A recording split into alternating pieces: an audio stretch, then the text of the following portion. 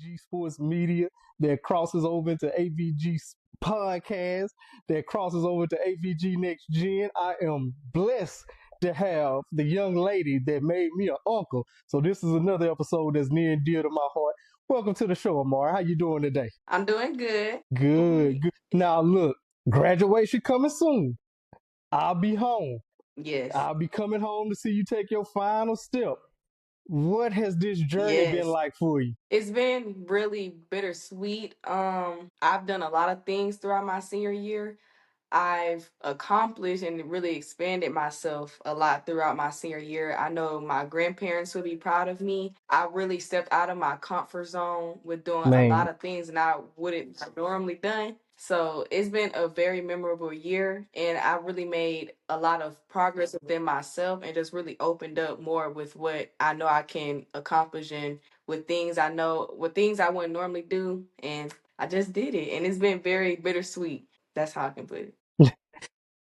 and look, I totally understand. Every time I look at something you've done, I just imagine, like you say, my dad and mom not being there, which is your grandparents, of how they're just looking Yeah, down on you, smiling, and just being proud from up above. You know they with you every step of the way. Now, I want you to kind of touch into it because if yeah, people don't know, you are a high level athlete. You started off as a young lady doing it, just being a young girl running the track, doing the other sports and gymnastics and stuff, to yeah. transitioning into a high level competition and into high school. How is that?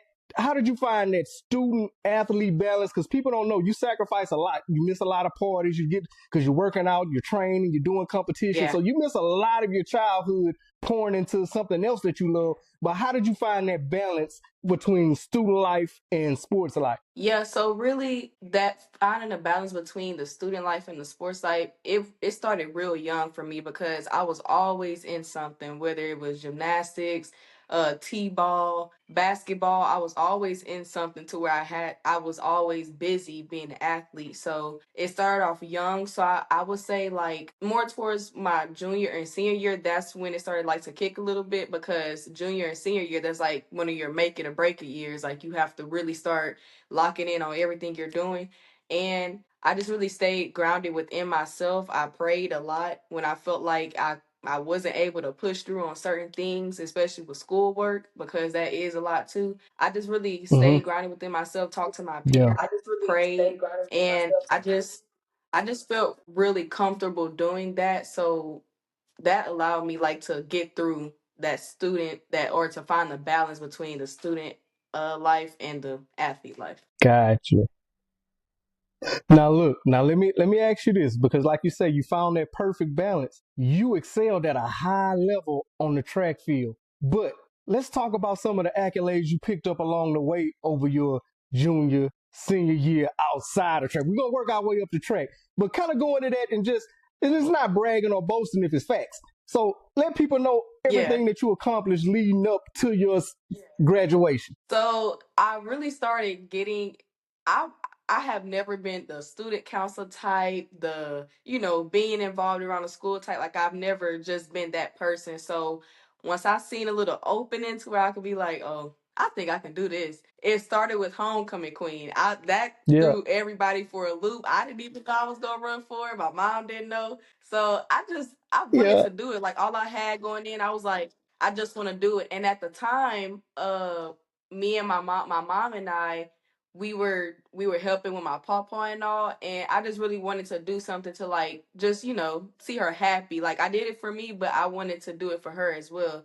So that was my reasoning behind homecoming queen. And when I won it, I was just like, yes, yes. And then it carried over into Miss Ash. I was like, okay, why not just run for this? Just another thing to run for. I did it I'm and I on to got it. something. And then Yeah, when it's a did it when it's a debutante. Debutante is like a yeah, it's uh-huh, like a growth into like your womanhood.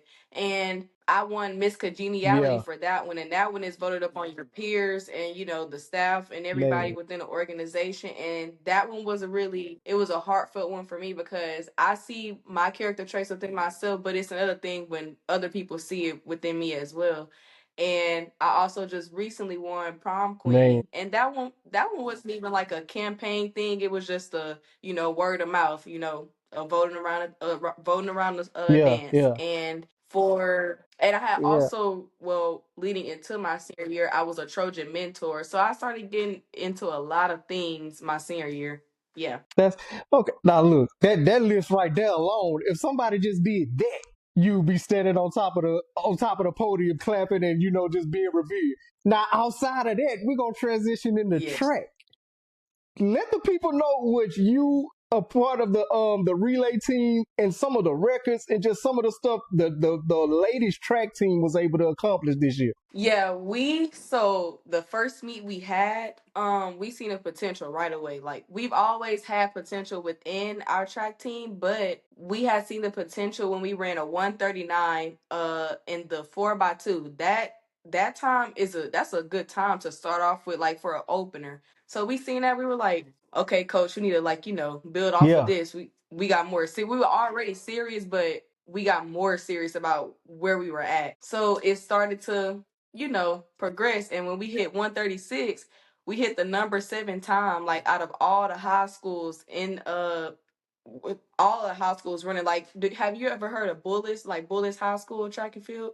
We were right under them. We were right under them. So yeah, when we yeah. seen that, we was like, okay, we got it. We Wow. got it. And then the 4x4, We on to something.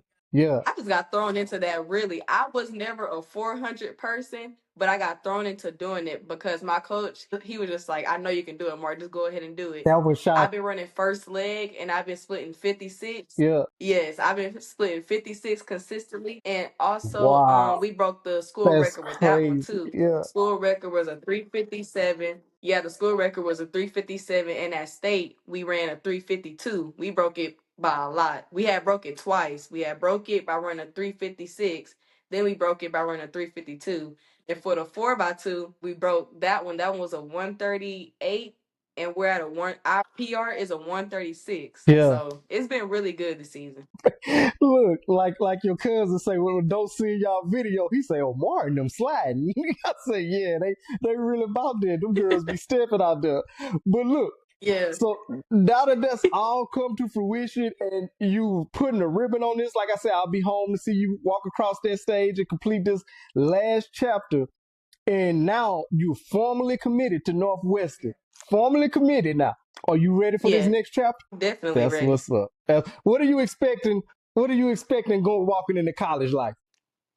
I'm expecting to just work hard. Like everything I've gotten, I've worked hard for it. I've earned it. I know I've earned it. And when you go into college, like when you're a freshman into college, and it's like the sports aspect of it, you're already going to be, at the bottom. Like that's where everybody starts. So what I expect is to go in there and to work hard and, allow myself to be seen and earn a spot on the team. I definitely expect that. That's that's all. I just want to tell you from the bottom of my heart, from your grandparents looking above. I know I echoing the same sentiments throughout the family.